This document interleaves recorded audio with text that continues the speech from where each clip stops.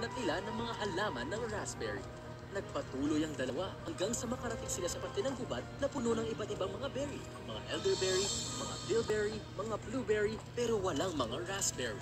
Nagpatuloy sila sa gubat sa paghahanap ng mga halaman ng raspberry. Lumakad sila ng lumakad, papasok sa kagubatan, hanggang sa marating nila ang isang kamatagan na puno ng mga halaman ng raspberry. At kahit saan ka man tumingin, talaga namang mapapatakam ka ng husto.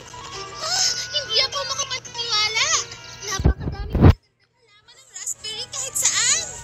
Lahat ng halaman ay punong-puno ng mapupulang mga raspberry na ngayon lang nakita ng dalawa sa buong buhay nila. Natuwa ang dalawa sa mga nakitang makakatas na raspberry. Namita sila at di nagtagal na puno nila ang mga dala nilang basket. Ngayon, dali na natin ang mga basket na ito pauwi.